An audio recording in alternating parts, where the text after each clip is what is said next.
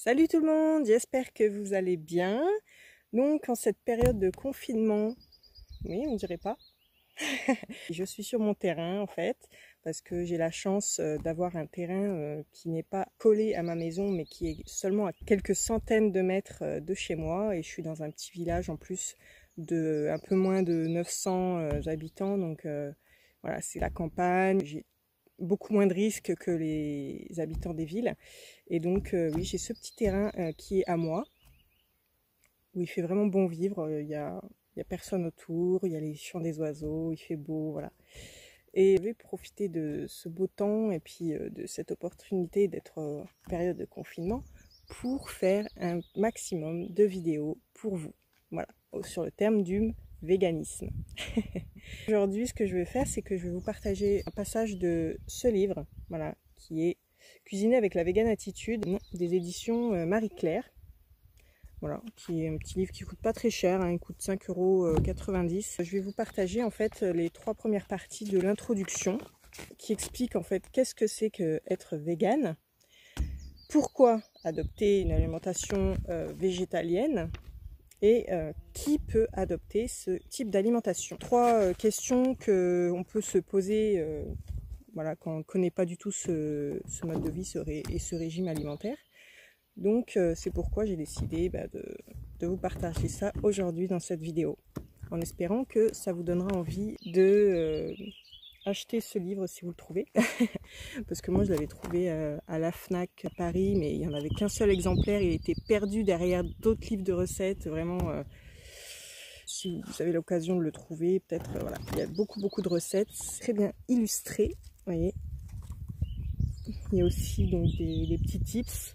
Il n'y a pas que des recettes, et puis des très bonnes recettes et des très jolies photos qui donnent envie de les faire. Donc voilà, je vous parle rapidement de ce petit livre. Maintenant, je vais commencer la lecture de l'introduction. Donc c'est parti. Qu'est-ce qu'être vegan? Alors vegan, c'est l'abréviation de véganisme, qui est un terme britannique inventé en 1944 par Donald Watson, le fondateur de la Vegan Society. Ce terme désigne un mode de vie excluant non seulement la consommation d'aliments issus des animaux, mais aussi l'utilisation de tous les produits issus du monde animal comme les vêtements, les chaussures et les sacs fabriqués à partir de laine, du cuir, de la soie, ou bien aussi les produits ménagers, les produits cosmétiques et les médicaments qui sont testés sur des animaux ou contenant des substances animales. Il bannit également la fréquentation des zoos, des cirques avec animaux, des parcs animaliers et des aquariums.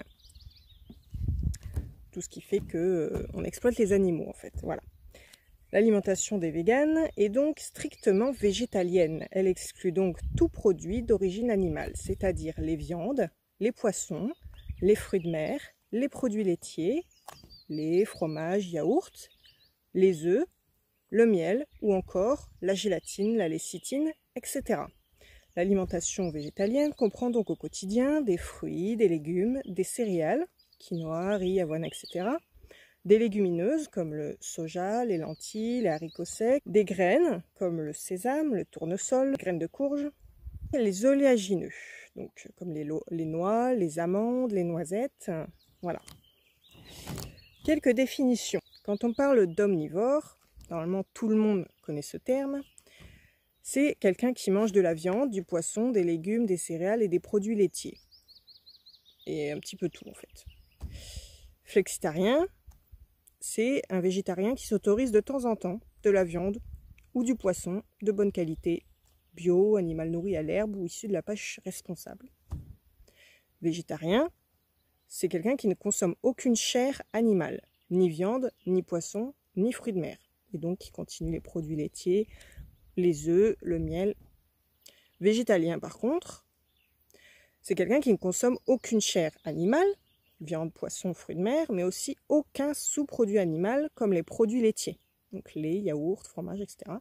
La crème, le beurre, les œufs et le miel également.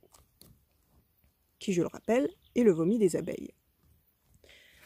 On passe à la deuxième partie de l'introduction. Pourquoi adopter une alimentation végétalienne? Alors, il y a plusieurs raisons à cela, et là, on va en citer apparemment 3. mais je pense qu'il y en a beaucoup plus que 3. Hein. Donc pour le bien-être animal, évidemment, moi c'est la raison number one pour laquelle je suis devenue végane. La raison première, voilà, du végétarisme et du végétalisme est souvent la question éthique. Donc moi je vais corriger, hein, si on est végétarien, c'est pas pour la cause animale. Hein.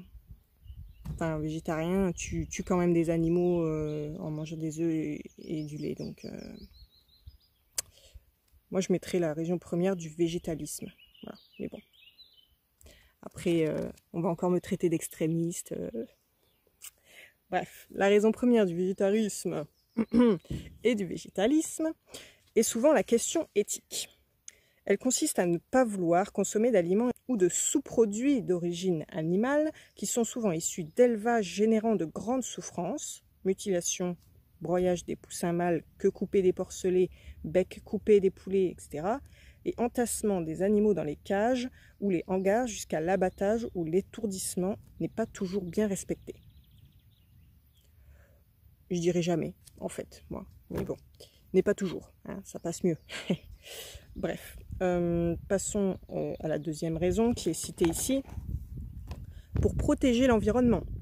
On sait aujourd'hui que la production de viande ou de produits d'origine animale implique un gaspillage des ressources en eau, l'utilisation des terres cultivables, d'importantes émissions de gaz à effet de serre et une déforestation massive et une pollution à cause des pesticides et des engrais. La troisième raison citée est pour être en bonne santé. Certes, si on mange équilibré, parce que être vegan, ça ne veut pas dire forcément manger équilibré. Hein. On peut manger des pâtes et des frites et des chips, c'est vegan, et ça n'a rien d'équilibré. Hein. Mais bon, pour être en bonne santé, si on a bien sûr une alimentation végane et équilibrée. Que l'on souhaite préserver sa santé, la retrouver ou éviter les maladies comme l'obésité, les maladies cardiovasculaires, le diabète de type 2, le cancer du côlon ou l'ostéoporose, l'alimentation végétalienne, menée de façon appropriée, est adéquate sur le plan nutritionnel et peut avoir des effets bénéfiques sur la santé dans la prévention et le traitement de certaines de ces maladies, d'après l'Association américaine de diététique. Cependant, même si l'alimentation végétale apporte suffisamment d'éléments nutritifs tels que des fibres, des vitamines et des minéraux, elle ne rime pas toujours avec santé, comme je l'ai dit juste avant de lire. En effet, la consommation de simili carne, de frites, de pizzas véganes, de bonbons véganes n'est pas ce qu'il y a de mieux pour la santé car ils sont souvent trop gras, trop sucrés et trop salés. Ça, c'était la partie pourquoi. Maintenant, qui peut adopter ce type d'alimentation végétalienne? Donc, d'après l'Association américaine de diététique, l'alimentation végétalienne, lacto-végétarienne ou ovo-lacto-végétarienne bien menée est appropriée à tous les stades de la vie. Donc, je fais une petite parenthèse avant de continuer. Donc, quelqu'un qui est lacto-végétarien, c'est quelqu'un qui ne va pas manger d'animaux, donc ni viande, ni poisson, ni fruits de mer, et qui va quand même continuer à manger des produits laitiers, mais qui ne va pas manger d'œufs par contre. Donc, lacto-végétarien, c'est ça. Et quelqu'un d'ovo-lacto-végétarien, c'est quelqu'un qui va être presque végétalien finalement, mais qui va continuer à manger du miel. Voilà. Donc ovo c'est pour œuf et lacto pour produits laitiers. Voilà, vous l'aurez compris. Donc je continue ma lecture. Donc c'est approprié à tous les stades de la vie, y compris la grossesse et l'allaitement. Donc elle satisfait les besoins nutritionnels des bébés, des enfants, des adolescents et contribue à une croissance normale. Globalement, il faudra tout de même veiller à avoir une alimentation équilibrée et variée afin d'apporter les différents micronutriments évoqués ci-dessous. Il faudra également suivre des recommandations spécifiques à chaque stade de la vie et en fonction d'un état physiologique particulier, tels que grossesse, pathologie, activité sportive intense, etc., pour répondre aux besoins de l'organisme. Les bébés, enfants et adolescents.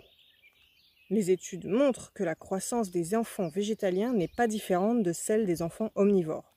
Le meilleur aliment des nouveau-nés reste le lait maternel qui répond parfaitement aux besoins des nourrissons en protéines, oméga 3, fer, etc. Si vous n'allaitez pas votre bébé, sachez qu'il existe des laits végétaux maternisés mis au point spécialement pour eux. Vient ensuite la diversification alimentaire pendant laquelle on veillera à optimiser les différents besoins en énergie et nutriments tels que les protéines, le calcium, la vitamine B12, etc. Pour leur croissance, les enfants et les adolescents ont un besoin accru en énergie et nutriments tels que le calcium, que vous pouvez satisfaire en leur proposant des collations équilibrées, des amandes par exemple.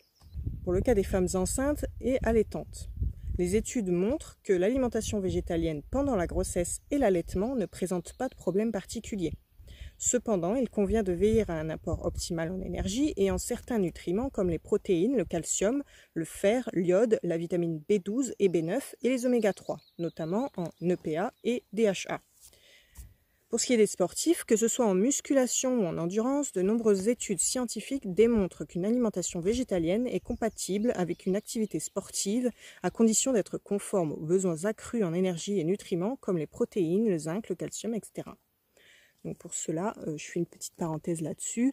Il y a le reportage The Game Changers qui est super pour se renseigner justement sur le fait d'être sportif et vegan, qui est disponible sur YouTube, tout simplement, vous tapez The Game Changers.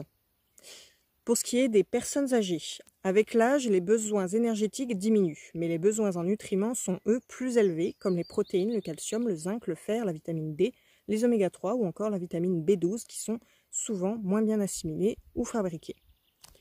Voilà, donc je ne vais pas continuer la lecture parce que bon, le livre il fait quand même pratiquement 200 pages, voilà.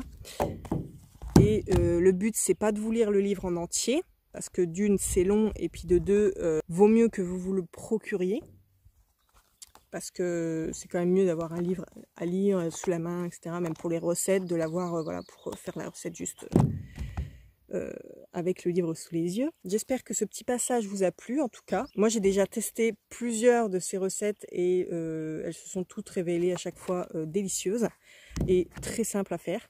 Donc, je vous recommande ce petit livre. Je rappelle le titre, Cuisiner avec la Vegan Attitude. Passez une bonne journée, likez, commentez si vous voulez, partagez même si ça vous plaît. Je vous fais des bisous et je vous remercie d'avoir regardé cette vidéo. Bye!